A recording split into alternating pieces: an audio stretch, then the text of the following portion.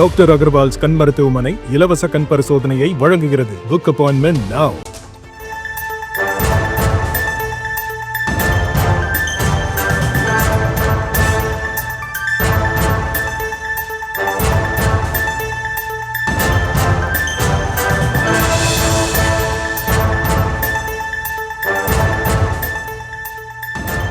அண்மை செய்தியை பார்த்து வருகிறோம்.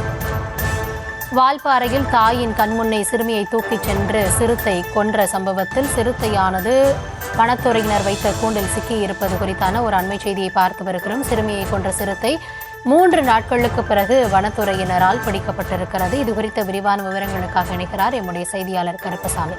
கருப்பசாமி, சிறுத்தையானது எந்த பகுதியில் பிடிபட்டது? விரிவான விவரம் என்ன?